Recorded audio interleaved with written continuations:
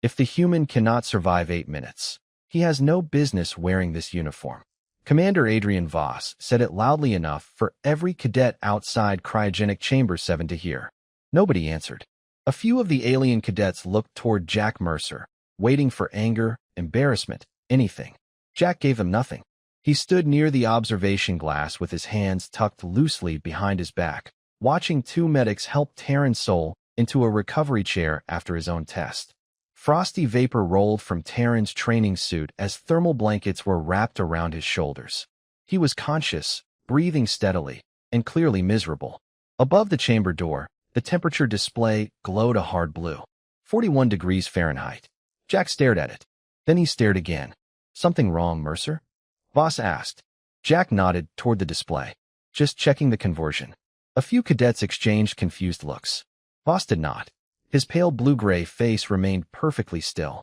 That temperature disables muscular coordination in several species represented at this academy. Cadet Soul lasted 6 minutes and 42 seconds. One of the highest scores this term. Jack glanced at Terran. The alien cadet managed a weak nod from beneath the blankets. Jack returned it. He was not interested in making Terran look weak. That bothered him more than Voss's attitude did.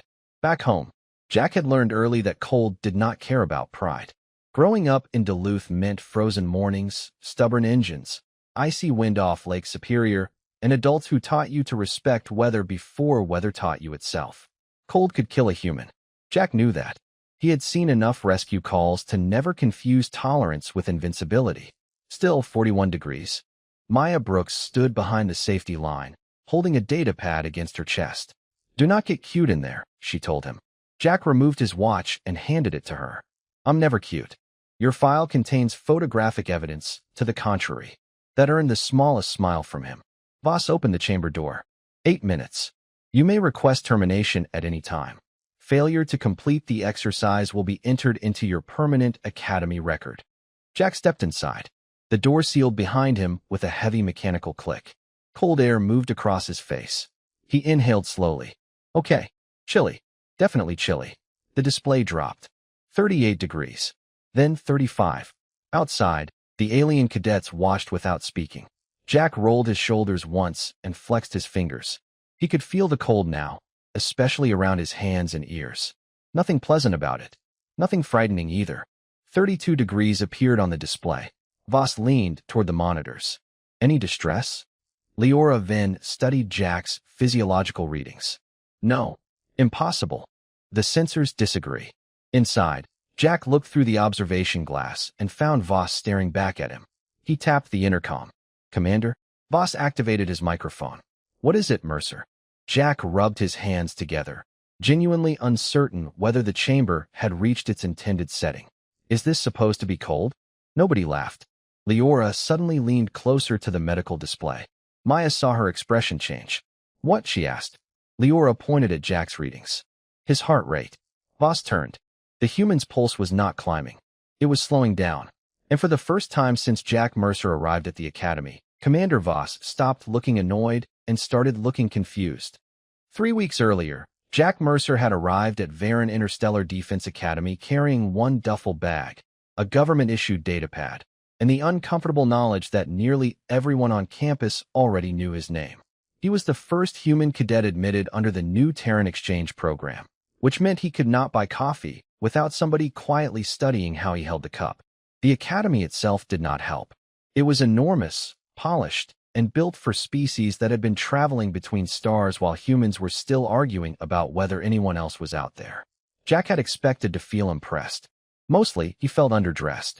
His first morning included gravity drills, atmospheric emergency procedures, and a cafeteria argument with a machine that refused to believe black coffee counted as breakfast. That was where Terran Soul first sat across from him.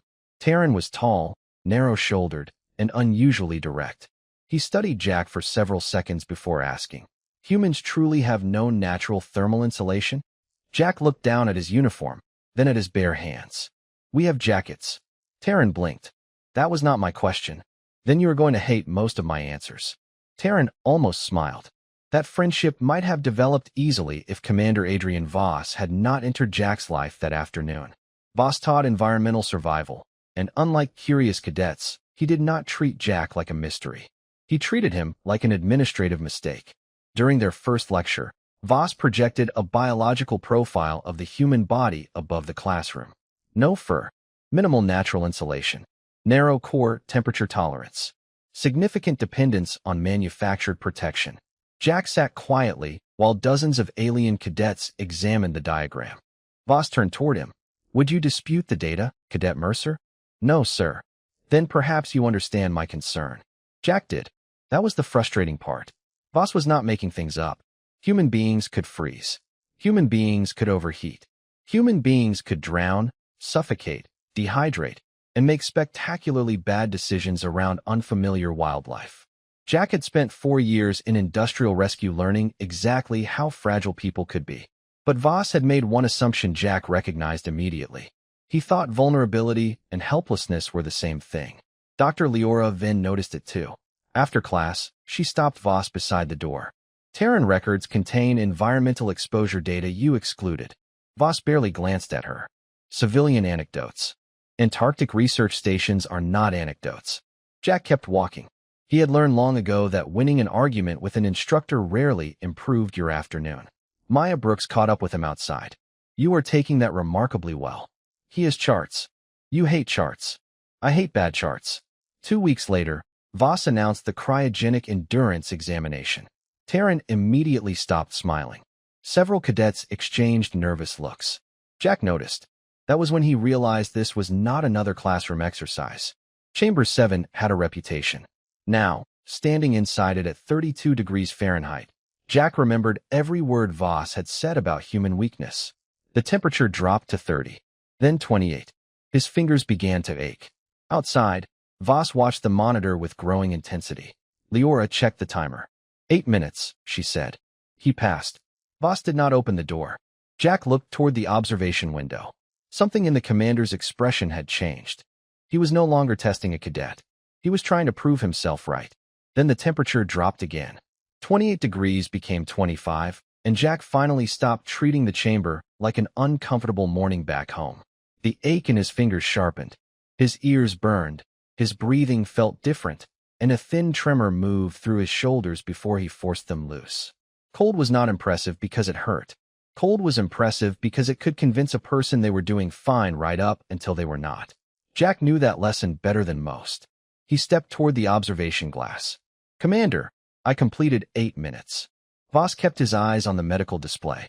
"Remain in position." Leora turned toward him. "The examination is over."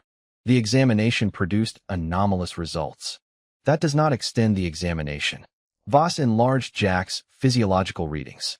Either the chamber sensors are inaccurate, his medical profile is inaccurate, or the Terran delegation submitted incomplete biological data. I intend to determine which. Maya lowered her datapad. "You can determine that after you let him out." Voss finally looked at her. "This is an academy matter. He is a human citizen inside a machine you are operating outside its test protocol. It became my matter about 30 seconds ago." Jack heard every word through the chamber speaker. Great. An interstellar diplomatic argument while he stood inside a freezer. His mother would have found the whole thing hilarious. 23 degrees. Jack flexed his fingers once and immediately regretted it. The movement felt stiff. He checked himself the same way he had checked stranded workers during winter rescue calls. Clear thinking. Controlled breathing. No confusion. No unusual fatigue. He was still functional, but the margin was shrinking. "Commander." Voss activated the intercom. "Report." Jack stared directly at him. 25 was getting stupid.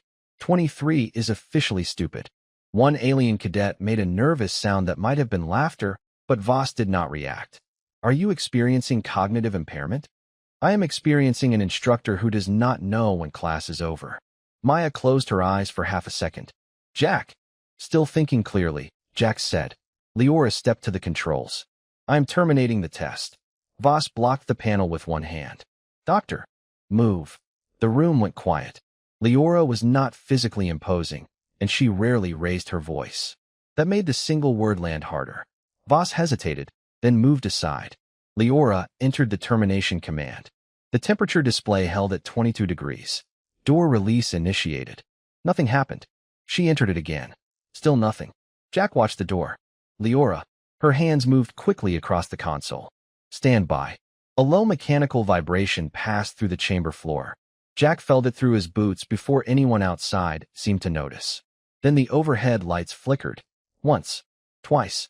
Red emergency strips snapped on along the walls. An alarm sounded somewhere beyond the observation room. Voss turned sharply toward the Academy status display. What happened?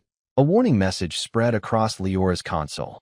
She read it once, and the color drained from her face. Power regulator failure. The chamber has switched to containment mode. Maya stepped closer. Open the door. I cannot. 20 degrees. Jack's humor disappeared. How long? Leora did not answer immediately. Leora. How long? The backup system is dumping coolant to protect the main regulator. 18 degrees. Voss reached for the emergency override. The command failed. Then something heavy shifted behind Jack. He turned as a sealed recovery partition on the far side of the chamber slowly retracted. Cold vapor spilled through the opening. A figure was lying inside. Jack recognized the Academy uniform first. Then the face. Terran Soul. No, Leora whispered. Terran had never been transferred to the medical wing. He had been recovering in the adjacent module the entire time. His eyes opened weakly, but his body barely moved. Jack looked at the temperature display. 16 degrees. Then he looked at the warm emergency conduit beside him, the safest place in the chamber. Terran was nearly 20 feet away. Jack took one breath, stepped away from the conduit, and started toward him. The first step away from the emergency conduit told Jack exactly how bad the situation had become. The air felt sharp in his lungs, and the metal floor seemed to pull warmth straight through his boots. 16 degrees Fahrenheit flashed above the door. Terran was 20 feet away, but in that moment the distance looked ridiculous. Mercer, stay near the conduit. Voss ordered through the intercom. Jack kept moving. Terran cannot. Rescue personnel are responding. How long? Silence answered him. Jack reached the open recovery compartment and crouched beside Terran. The alien cadet was awake, but his movements were slow and unfocused. Hey, buddy, look at me. Terran's eyes found him. Jack. Good. You know who I am. That saves us an awkward introduction. Outside, Leora worked the controls while warning lights multiplied across her screen. His body temperature is dropping rapidly. Terran's species depends on external thermal regulation after cold exposure. He should never have remained inside that module. Voss turned toward a technician. Where is the emergency team? The regulator failure sealed the entire environmental wing. They are trying to reach us through the secondary corridor. Maya looked through the glass. Then Jack is the emergency team. Inside, Jack slipped an arm around Terran's back. Can you stand? I do not think so. That was not the answer I was hoping for. Jack tried lifting him. Terran was lighter than he expected, but nearly 7 feet tall, making the job awkward. Jack got him upright, and Terran's knees immediately started to fold. Jack caught him against his shoulder. Easy. I have you. They moved 3 feet. Then 5. The chamber dropped to 14 degrees. A sudden mechanical bang came from the ceiling. Jack stopped. One of the circulation vents snapped open, releasing a powerful stream of freezing air across their path. Terran recoiled. Jack turned his body sideways, putting himself between Terran and the airflow. Jack, Maya called through the intercom. The conduit is 12 feet to your right. He looked toward it. Warm vapor curled from the emergency heating line. If he went back alone, he could conserve heat until the rescue crew arrived. That was the smart choice for one person. There were 2 people in the room. Yeah, I see it. He tightened his grip around Terran. We are going together. Voss stepped toward the microphone. Mercer, you are compromising your own survival. Jack stopped just long enough to look through the glass. Commander, with respect, quit helping. Maya almost smiled. Voss did not. Jack pushed forward. The cold airflow made every step harder. Terran tried to move under his own power, stumbled, then whispered, Leave me near the wall. You can reach the heat faster. Jack stared at him. That is a terrible plan. Your probability of survival increases. Congratulations. You sound exactly like Voss. Terran actually managed a faint laugh. That was enough for Jack. If Terran could laugh, he could keep fighting. They reached the center of the chamber when another alarm sounded. The temperature display changed from 14 to 12. Leora suddenly looked up. Jack, listen carefully. The backup coolant cycle is accelerating. You have less than 4 minutes before this room reaches its emergency minimum. Jack looked at the conduit, then at Taryn, then toward the locked door. For minutes was not a rescue plan. It was a countdown. His eyes moved across the chamber walls until they stopped on a small maintenance grill beneath the control housing. Jack's expression changed. Maya recognized it immediately. She had seen that look whenever a machine told Jack no. "What are you thinking?" she asked. Jack lowered Taryn carefully beside the conduit and walked toward the grill. "I am thinking I am done waiting for somebody outside this room to save us." Jack reached the maintenance grill and dropped to one knee. His fingers did not want to cooperate anymore. He pressed his thumb against each fingertip, checking sensation the way he had been taught during winter rescue training. Not good. Not gone, either. 3 minutes, 20 seconds, Leora said through the intercom. "Jack, whatever you are planning, decide quickly. Working on it." He pulled at the grill. It did not move. Of course it did not. Somewhere behind him, Taryn struggled to sit upright beside the emergency conduit. "The access panel requires a service tool." "Yeah, I figured that out." Jack examined his uniform, found the metal emergency buckle at his waist, and twisted it free. Maya leaned toward the glass. "Jack, your hands. Still attached." "That was not what I meant." "I know." He wedged the buckle into the grill seam. The first attempt slipped. The second barely moved it. On the third, the latch released with a sharp click. "There you are." Voss stared at the exposed machinery. "Mercer, stop. You are not certified on Varen environmental systems." Jack peered into the compartment. "Neither is the guy who designed this door, apparently. You could disable the emergency heating circuit." Jack glanced toward Taryn. The alien cadet was fading again, his head dipping toward his chest. That ended the argument. Jack crossed back to him and crouched. "Taryn, stay with me." Taryn opened his eyes slowly. "I am attempting to." Jack touched the thermal liner beneath his uniform jacket. It was the warmest layer he had. Removing it was a bad idea. He knew that before his hands even reached the fasteners. Maya knew it too. "Jack, do not." He ignored her, pulled the liner free, and wrapped it around Taryn's shoulders. The cold hit Jack immediately through the thinner academy shirt underneath. His body answered with a hard shiver. Voss looked at Leora. Why would he surrender thermal protection? Maya turned toward him. "Because there are 2 people in that room. He is reducing his own survival probability." "You keep saying that like he does not understand it." Jack helped secure the liner around Taryn, then leaned close. "Keep this closed. No hero stuff." Taryn gave him a weak look. "You are saying that to me?" "Fair point." Jack returned to the open panel. 12 degrees. His breathing had become harder to control, and the ache in his hands was changing into numbness. He hated numbness. Pain told you where the problem was. Numbness meant the problem had stopped asking permission. 2 minutes, Leora warned. Jack studied the pipes, valves, and color-coded control lines. He had never seen a Varen cryogenic system before, but pressure was pressure, coolant was coolant, and engineers across the galaxy apparently shared the same habit of hiding manual controls behind inconvenient panels. Then he saw it. A mechanical bypass lever sat beneath the electronic lock assembly. "Leora, what happens if I pull the yellow lever?" She searched the system diagram. "That is the coolant return bypass. And it would redirect pressure away from the primary regulator." Jack nodded. Toward the door mechanism. Leora froze. Voss stepped beside her. "That could release the lock." "Could?" Maya asked. Leora enlarged the schematic. "Yes, but opening the bypass would dump the remaining coolant through the chamber first." Everyone looked at the temperature display. 11 degrees. Maya's voice lowered. "How much colder?" Leora did not answer. Jack understood anyway. He looked at the lever, then back at Taryn. For the first time, he was not deciding how much cold he could tolerate. He was deciding whether he could stay functional long enough to beat the machine. Outside, Leora suddenly opened a Terran medical file on her console. Her eyes moved rapidly across the data. "Commander," she whispered, "we modeled humans incorrectly." Voss looked at her. "What?" Leora turned the screen toward him. "We measured the temperatures they prefer to live in." She pulled up another dataset, and her expression changed completely. "We never measured the temperatures they have survived." Leora expanded the Terran records across 3 monitors. The numbers looked wrong until she realized the Academy had been asking the wrong question from the beginning. "Human comfort range is narrow," she said. "Their functional range is not." Voss leaned closer. "Explain." Their bodies actively restrict blood flow to exposed tissue to protect the core. They generate heat through involuntary muscle activity.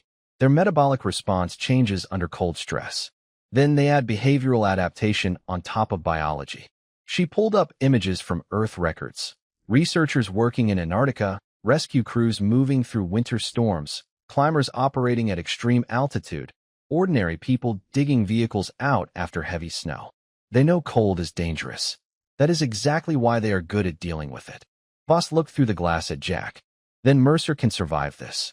Maya immediately turned on him. That is not what she said. Leora shook her head.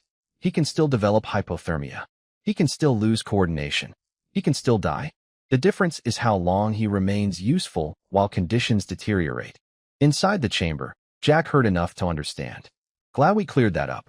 The display dropped to 10 degrees Fahrenheit. He stared at the bypass lever. His hands were becoming unreliable, so he stopped trusting fine movements and started thinking like a rescue technician. Big motions. Simple tasks. One thing at a time. Leora, if I open this bypass, how long before the pressure reaches the door lock? Approximately 20 seconds. And the coolant? She hesitated. Immediate. Of course it is. Taryn shifted beneath Jack's thermal liner. You should wait for the rescue team. Jack glanced at the sealed door. That plan expired about 5 degrees ago. A status light suddenly changed outside. Voss looked toward the corridor display. Emergency crew is at the outer environmental seal. Maya stepped closer. How long to reach us? 6 minutes. Nobody needed Leora to explain why that was too long. Then Voss did something Jack did not expect. The commander reached across the control station and disabled the remote bypass interface. Leora stared at him. What are you doing? Preventing Mercer from opening that valve. Maya moved toward him. You heard her. That may be their only way out. It may also accelerate exposure beyond human tolerance. Voss faced the glass. Mercer, stand down. Rescue personnel will breach the wing. Jack looked at the countdown. In 6 minutes. Yes. We do not have 6 minutes. That is an order. Jack almost laughed, but he did not have enough spare breath for it. Commander, you kept me in here because you wanted proof humans had limits. Congratulations. You were right. Voss's expression tightened. Then obey me. Jack looked over at Taryn, whose eyes were struggling to stay open. The problem is, his limit is coming before mine. Silence filled the observation room. Voss had spent weeks treating Jack as a biological liability. Now that same assumption was driving him to make another mistake. He was still thinking about individual survival. Jack was thinking about getting 2 people through one locked door. Leora suddenly pulled up the chamber's mechanical diagram. Wait. She enlarged the pressure system. Jack, the electronic bypass is disabled, but the yellow lever is mechanical. Voss cannot lock it remotely. Voss turned sharply. Doctor, you wanted accurate data, Commander. Here it is. Taryn has less time than Mercer. Voss stared at her, then at the chamber. For the first time, certainty left his face. Jack wrapped both hands around the yellow lever and pulled. Nothing happened. His grip slipped. His fingers were too numb. Taryn saw it. Jack! I know. Jack reset his hands and planted one boot against the wall for leverage. The temperature reached 9 degrees. Maya pressed the intercom. Do not try to muscle it. Use your weight. Jack nodded once. That sounded like home. He leaned back until the lever groaned. Somewhere inside the wall, a valve began to move. A new alarm erupted. Leora's eyes widened at the pressure reading. Jack, once that valve opens, you cannot close it again. He looked toward Taryn. Then we better make the first try count. The lever dropped another inch, and white vapor began curling from the vents. The yellow lever dropped the rest of the way with a heavy metallic snap, and every vent in the chamber opened at once. White vapor rushed across the floor, swallowing Jack's boots and climbing toward his knees. The temperature display fell from 9 degrees Fahrenheit to 7. Then 5. Pressure is moving, Leora said. 17 seconds to the door assembly. Jack released the lever and immediately regretted it. His hands felt distant, like they belonged to somebody else. He forced himself upright and turned toward Taryn. We are moving. Taryn tried to stand beside the conduit. His legs gave him almost nothing. Jack reached him, hooked an arm beneath his shoulder, and pulled him up. I cannot support my weight, Taryn said. Then I get the heavy end. That does not make sense. It does in Minnesota. Outside, Maya watched the pressure indicator climb. Voss stood beside her, silent now. His test, his assumptions, his orders, none of them mattered anymore. The only thing that mattered was whether the mechanical lock released before Jack stopped being able to move. 12 seconds, Leora called. Jack dragged Taryn toward the door. The cold was no longer just uncomfortable. His thoughts wanted to slow down. He caught himself staring at the floor for half a second too long and recognized the danger immediately. Stay on task. Door. Taryn. Move. Jack, Maya said through the intercom. Her voice had changed. No jokes now. Talk to me. Busy. I know. Talk anyway. Jack understood what she was doing. Door is 15 feet away. Good. Keep counting. 12. The vapor thickened. 9. Taryn tried to help, pushing with one foot. 7. A warning tone changed pitch. Leora leaned toward the monitor. Pressure threshold reached. Nothing happened. Everyone stared at the door. Jack stopped. Leora. Her fingers moved across the controls. The lock should have released. Voss stepped forward. Why did it not? Leora looked at the schematic, then went still. Secondary safety bolt. Maya's face hardened. Can you release it? Not electronically. Jack heard that. He closed his eyes for 1 second. Where? Leora enlarged the diagram. Manual housing.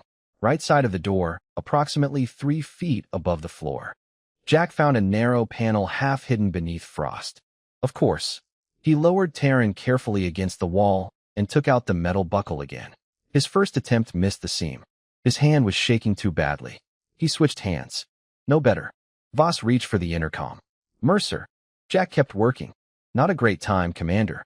The housing has a pressure latch. Strike the upper edge, then pull. Jack looked through the glass. Voss pointed to the exact location from the diagram. 6 inches above your hand. Jack adjusted. One firm hit. The panel popped loose. Well, Jack muttered. Look at us working together. He pulled the cover away. Behind it sat a red mechanical handle. Taryn looked up from the floor. Jack, the temperature. 3 degrees Fahrenheit. Jack wrapped both hands around the handle. It refused to move. He changed his stance and leaned his weight into it. The mechanism groaned. Outside, Voss watched the human struggle against the system he had once believed was designed to expose human weakness. Then the commander noticed something on the pressure display. His eyes widened. Mercer, stop. Jack froze. What now? Voss looked at Leora. She had seen it too. The bypass had released the lock, but pressure was still climbing behind the chamber door. If Jack opened it immediately, the safety system could force it shut again before both cadets crossed. Voss pressed the intercom. You need to wait 8 seconds. Jack looked at Taryn, then at the display reading 3 degrees. He does not have 8 seconds. Voss answered without hesitation. Then do not wait. Jack stared at him. The commander who had ordered him to stand down was now overriding his own safety protocol. Open it, Mercer. I will take responsibility. Jack tightened his grip. Now you are learning. He pulled, and the red handle finally began to move. The red handle reached the end of its track, and for 1 long second, nothing happened. Then a deep mechanical thud rolled through the chamber. The door shifted half an inch. Jack leaned into it with his shoulder. It resisted. Come on. He pushed again. A narrow gap appeared, and warmer air slipped through from the observation room. It felt almost hot against his face. Outside, Leora watched the pressure numbers fall. The lock is open, but the door motor is still fighting him. Voss moved to the emergency control station. Can we reverse it? The motor is isolated. Maya looked through the glass. Then Jack is opening it manually. 3 degrees Fahrenheit became 2. Jack's arms trembled as he forced the gap wider. He had spent years moving equipment that seemed personally offended by the idea of being moved. But this was different. His balance felt wrong. His hands barely registered the door surface. He stopped before exhaustion made the decision for him. Taryn was still 6 feet away. Jack, Taryn said quietly. Go. Jack turned his head. Not happening. The opening is sufficient for you. That is exactly why you are going first. He left the door and crossed back to Taryn. The moment his shoulders stopped holding pressure, the door began creeping inward again. Jack, Maya warned. I see it. He got beneath Taryn's arm and brought him upright. Taryn tried to help, but his legs could barely keep pace.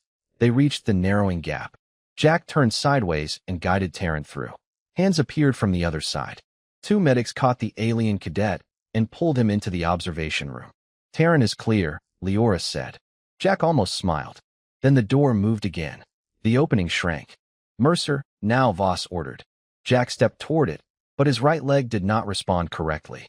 His knee buckled, and he caught himself against the wall. Maya's hand hit the glass. Jack, I am fine. You are absolutely not fine. Fair enough. Jack looked at the gap. Maybe 18 inches. Enough if he moved now. He pushed off the wall, crossed the last few feet, and wedged his shoulder into the opening. The door pressed back. Voss suddenly left the control station and ran to the doorway from the outside. He grabbed the edge with both hands. Maya joined him. Leora shouted for the medics. Together they pulled while Jack pushed. The gap widened just enough. Jack slipped through and landed on his hands and knees in the warmer room. The chamber door sealed behind him with a final heavy thump. Nobody spoke for a moment. Jack stayed where he was, breathing slowly, staring at the floor.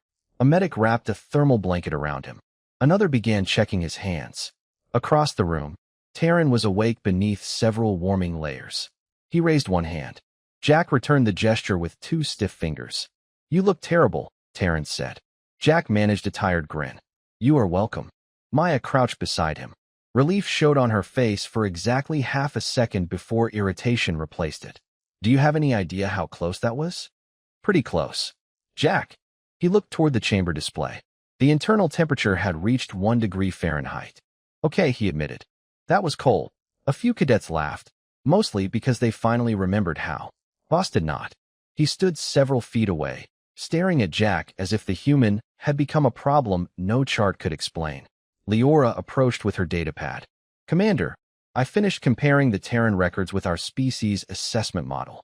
Voss looked at her, and the chamber did not prove humans are resistant to cold. Mercer is injured, his core temperature dropped, and he required immediate treatment. Jack lifted a finger. Thank you for the confidence boost. Leora ignored him. But we made a larger mistake. Our model assumes environmental tolerance is primarily biological. She turned the screen toward Voss. Humans compensate with behavior, equipment, planning, cooperation, and improvisation. When one layer fails, they replace it with another. Voss looked through the glass at the maintenance panel Jack had opened. He did not endure the chamber. No, Leora said. He changed the problem. Before Voss could answer, her datapad chimed. She read the new message, and her expression tightened. There is something else. Maya stood. What? Leora opened the chamber control log. The regulator failure had been accidental. The containment lock had not. Someone had manually altered the safety threshold before the examination began. The room went silent. Voss stared at the authorization code beside the change. It belonged to his instructor account. Voss stared at the authorization code for several seconds before speaking. I changed the threshold. Maya's expression hardened. Why? Because I believed Mercer would quit before the chamber reached dangerous conditions.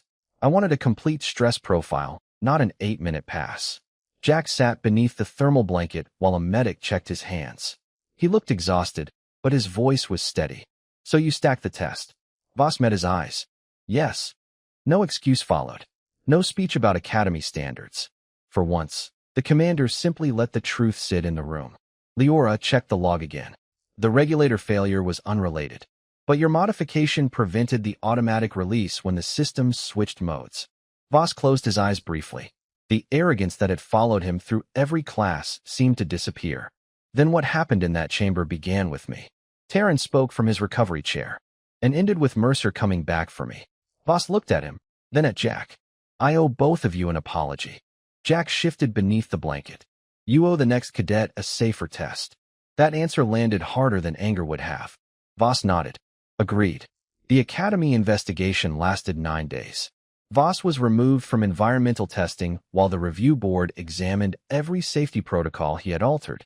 Jack spent most of that time annoyed by medical restrictions and discovering that alien hospital food somehow made military cafeteria meals seem ambitious. Taryn visited every afternoon. On the 4th day, he brought coffee. Jack took one sip and stared at him. What is this? Human coffee. This is a crime wearing a cup. Taryn smiled. Then you are recovering.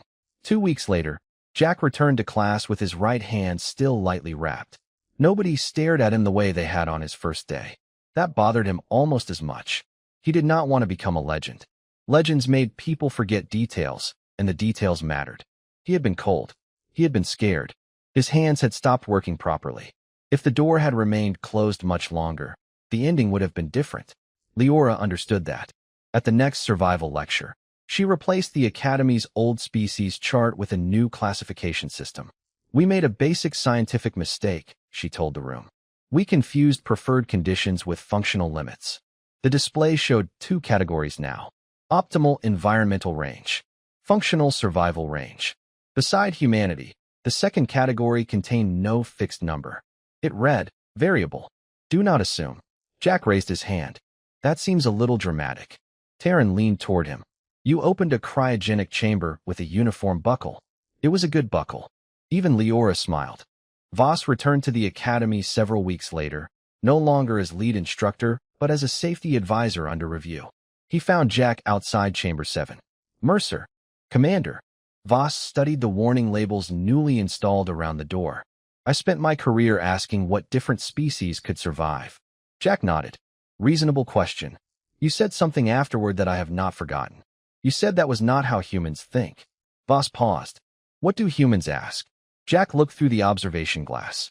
He remembered Taryn lying 20 feet away while every sensible calculation told him to stay beside the heat. "Depends on the human." Then he gave Voss the answer that had mattered inside that room. "I asked who else was still in there." Months later, Chamber 7 reopened with redesigned locks, independent mechanical releases, and enough redundant safety systems to satisfy even Maya. A new class gathered outside for cold weather training. One nervous cadet noticed a small handwritten message beside the control panel. Mercer was here. The cadet looked at Taryn, now serving as an assistant instructor. Did the human really set the chamber record? Taryn glanced at the words, then toward Jack walking across the Academy courtyard with a cup of real coffee in his hand. "No," he said. "That is the part everyone gets wrong." The cadet frowned. Taryn smiled. He was never trying to prove how much he could survive. He was trying to make sure someone else survived with him. And that became the lesson the Academy remembered long after everyone forgot the temperature. Strength was never just how much hardship you could endure. Sometimes strength was noticing that somebody beside you was running out of time and deciding that getting yourself home was not enough.